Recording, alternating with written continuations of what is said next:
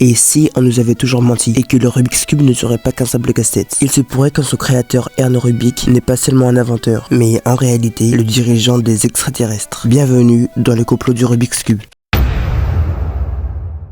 Tout commence par un détail que la plupart des gens ignorent, les dates. Le Rubik's Cube voit le jour en 1974. Et quand on inverse le 7 et le 4, ça donne 1947. Et que s'est-il passé en 1947? Le crash de Roswell. Simple coïncidence, me diriez-vous? Eh bien pas du tout. Le film E.T. sort en 1982. Vous ne voyez rien? 19 plus 82 donne 101. Toujours rien? Bon, Erno Rubik a quel âge? 81 ans. Donc si on additionne 81 à tous les chiffres de l'année de la sortie du film E.T., ça nous donne encore 101. Vous voyez toujours pas le rapport? Tout simplement, la bande dessinée Alien 101. Et si vous croyez que cela s'arrête là, détrompez-vous. Il existe un jeu intitulé The Alien Cube. Si vous écrivez Erno Rubik en dessous, la liaison saute aux yeux. Rubik Cube. Et quand est sorti le jeu? Un jeudi. Et qui est né un jeudi? Erno Rubik. Oh bah voyons, une signature déposée par Erno. Plus sérieusement, quand est sorti le film E.T. en 1982, on multiplie tous ces chiffres, ça donne 144. Puis on additionne tous les chiffres de 144, ça donne 9. On place le 9 après le 1, ça donne 1944. L'année de naissance d'Erno Rubik. Ça vous fait pas penser à quelque chose?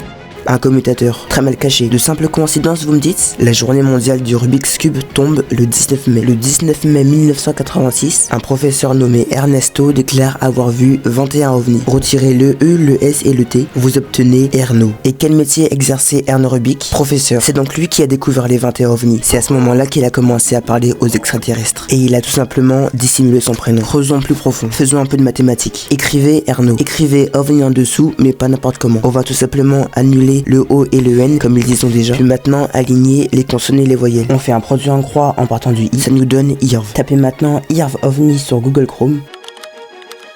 Et de quoi parle le deuxième article? D'ovni cubique. Encore le cube. Un secret mal dissimulé. Reculons un peu dans le temps. Que se passe-t-il en 2001? Un Rubik's Cube se nommant UFO sort. Et la même année sort un film nommé UFO. Ce ne sont pas des coïncidences. Regardez aussi le logo de Alien City Games à Roswell. Il y a toutes les couleurs du Rubik's Cube sauf le rouge. Pourquoi effacer le rouge? Le rouge est la couleur du danger, de l'alerte. Erno ne veut pas qu'on ait peur des extraterrestres, car il collabore avec eux. Si vous pensez encore que tout ça sont des coïncidences, demandez-vous pourquoi ces motifs se répètent au fil des décennies, dans les jeux, les films, les dates et les noms. Ils ont essayé de rendre la vérité banale, de la noyer dans le divertissement. Maintenant vous verrez plus le Rubik's Cube de la même manière.